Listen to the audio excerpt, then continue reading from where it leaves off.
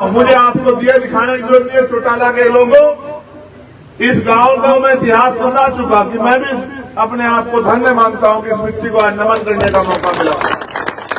मेरे गुरु मानव काशीराम साहब और चौधरी देवीलाल जी ने जब आपस में बातचीत की तो काशीराम साहब ने कहा कि डॉक्टर बाबा साहब अम्बेडकर को भारत रत्न मिलना चाहिए, क्या इस बात को आप पूरी करवा दोगे? तो उन्होंने कहा कि डॉक्टर बाबा साहब अम्बेडकर को भारत रत्न ही नहीं, पार्लियामेंट का जहां से दरवाजा शुरू होगा, डॉक्टर बाबा साहब अम्बेडकर की सबसे बड़ी प्रतिमा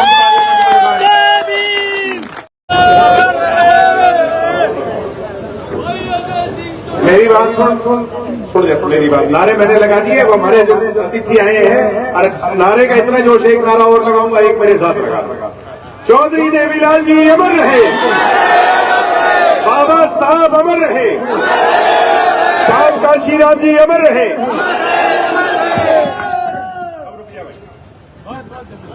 बहुत बहुत धन्यवाद भाई दिग्विजय जी।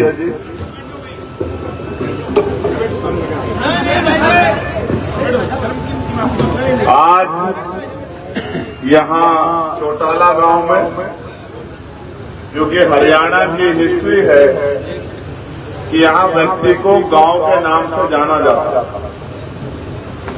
मुझे बड़ी खुशी हुई कि मैं आज भाई दिग्विजय के चुनावी कार्यक्रम में चौटाला पहुंचा। मैं तो इस चौटाला की मिट्टी को नमन करने आया हूं, इसलिए नमन करने आया हूं कि क्या से क्या हो गया, आप महसूस करके देखिए। अभी मैंने कुछ देर पहले आपको दिखाया कि जब दिग्विजय बोल रहे थे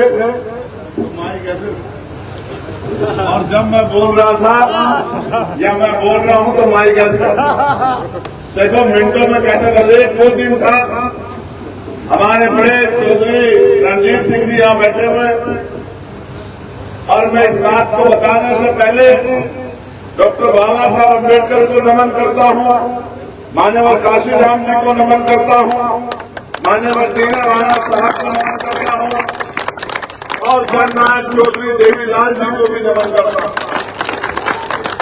मेरी बात में चौटाला के लोगों जरा गौर करना। एक समय था कि उत्तर भारत की नहीं, देश की राजनीति को हरियाणा से और हरियाणा में जन्मे चौटाला गांव में जन्मे चौधरी देवीलाल जी लीड करते थे कि दिल्ली की गद्दी में कौन बैठेगा। जब उन्होंने मोर्चा लिया, किसान कमेरों की लड़ाई को आगे बढ़ाया, तो इधर पंजाब में प्रकाश जी और मेरे गुरु मान्यवर काशीराम साहब ने इस लड़ाई को, वैचारिक लड़ाई को भाईचारा बना के आगे बढ़ाया।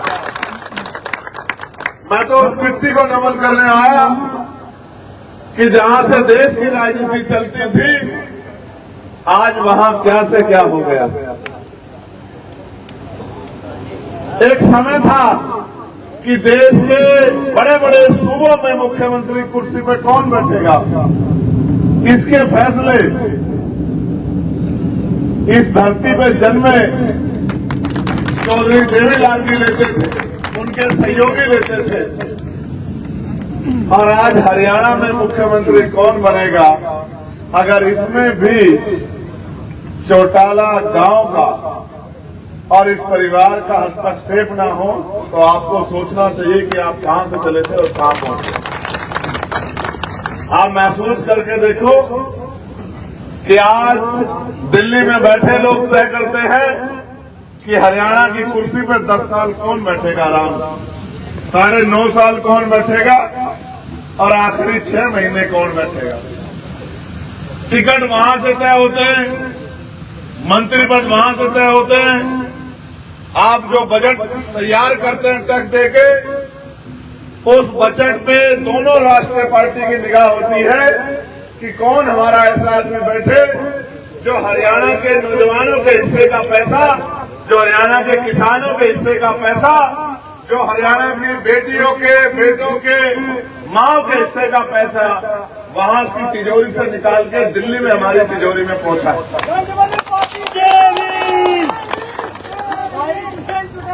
आप महसूस करो कि चुनाव क्यों होते हैं। चुनाव इसलिए होते हैं कि खजाने की चाबी किसके हाथ में होगी। जब खजाना की चाबी हरियाणा के लोगों ने दिल्ली के हाथ में दे दी, तो फिर क्यों उम्मीद करते हो कि आपके बच्चों को रोजगार मिलेगा? फिर क्यों उम्मीद करते हो कि अच्छे स्कूल, कॉलेज, यूनिवर्सिटियां बनेंगे, अच्छे हॉस्पिटल बनेंगे? मैं आपको कहना चाहता हूं, मुझे आपको दिए दिखाने की जरूरत नहीं है। चौटाला के लोगों, इस गांव का मैं इतिहास बता चुका कि मैं भी अपने आप को धन्य मानता हूं कि इस मिट्टी को आज नमन करने का मौका मिला। मेरे गुरु मानव काशीराम साहब और चौधरी देवीलाल जी ने जब आपसी बातचीत की तो काशीराम साहब ने कहा कि डॉक्टर बाबा साहब अम्बेडकर को भारत रत्न मिलना चाहिए, क्या इस बात को आप पूरी करवा दोगे? तो उन्होंने कहा कि डॉक्टर बाबा साहब अम्बेडकर को भारत रत्न ही नहीं, पार्लियामेंट का जहां से दरवाजा शुरू होगा, डॉक्टर बाबा साहब अम्बेडकर की सबसे बड़ी प्रतिभा और जब पावर मिली तो वो करके भी दिखाया। आज सुबह से मैं भाई दिग्विजय और चौधरी रणजीत सिंह जी और हमारे साथी रानिया से शुरू हुए थे और चौटाला तक आ गए। मैं धन्यवाद दूंगा भाई सतपाल जी का, भाई रोहित जी का, भाई चेतराम जी का, भाई अमन जी का और जितने भी भीम आर्मी आजाद समाज पार्टी और जेजेपी के नेता और पदाधिकारी यहाँ बैठे, मैं सबका धन्यवाद देता हूँ। जो लोग, अगर चौटाला के लोगों को जानकारी ना लगी हो तो कल का अखबार पढ़ना और आपके पड़ोस में जो पिछले गांव हैं उनमें फोन करके पता करना कि क्या भाई दिग्विजय जी जैसे प्रोग्राम प्रदेश के मुख्यमंत्री के और पूर्व मुख्यमंत्री के भी क्या हरियाणा में हो रहे हैं, आप पता करके देख लेना। हमें आने में देर हुई इसके लिए खेद है, लेकिन ऐसा नहीं कि हम रुक के बैठे थे। जनता गांव से निकलने नहीं दे रही है, वो कहती है आप लोग आगे हो तो अब कम से कम जो है हमें कुछ बात भी बता के जाओ, हम कई कई घंटे से इंतजार कर रहे हैं। मैं तो आपको कहना चाहता हूँ, चौटाला ग्राम के ग्रामवासियों, यहाँ उपस्थित माओ बहनों, छोटे भाइयों, मेरे हम उम्र साथियों और बड़े बुजुर्गों, आज अगर आपने हमें ताकत दी है तो पार्लियामेंट में जाके हम अपने हितों के लिए लड़ते हैं। जहां हमसे पहले हमारे तमाम महापुरुषों ने जाके अपने अपने क्षेत्रों की, प्रदेश की और देश की आवाज उठाई है।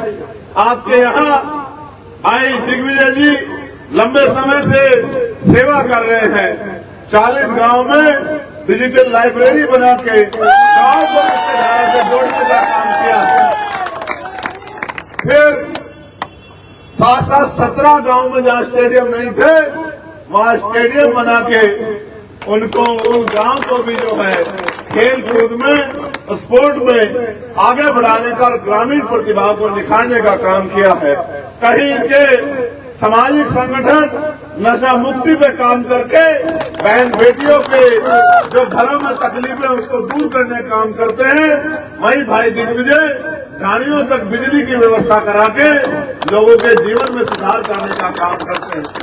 लेकिन सबसे ज्यादा काम तो इस चौटाला गांव में हुआ। भाई ये इंटरनेशनल स्टेडियम की तर्ज पे एक इंडोर स्टेडियम यही मैंने देखा बन रहा जी, जिसमें लगभग 272 करोड़ रुपए, इतना ही भाई स्टेडियम में कुछ कितना है, 750 करोड़, नहीं 7.5 है जी गांव के कार्यों में, टोटल गांव के कार्यों में 350 करोड़ रुपए का काम जो है, ये कैसे संभव हुआ? ये तभी संभव हुआ जब राजकाज में हिस्सेदारी हुई और लोकसभा में 272 वोट देके। अब ये भी इन 272 लोगों का भी मैं धन्यवाद करता हूं कि आपने 272 लोगों ने इनमें विश्वास और आस्था दिखाई। तो एक वोट एक हिसाब से कैलकुलेशन करे तो लगभग 1.25 करोड़ रुपए का बैठा। अरे चौटाला के लोगों को मैं समझ गया, वो प्यार देते हैं तो दिल से देते हैं और नाराजगी जाहिर करते हैं वो भी दिल से जाहिर करते हैं। इस बात को समझ गया।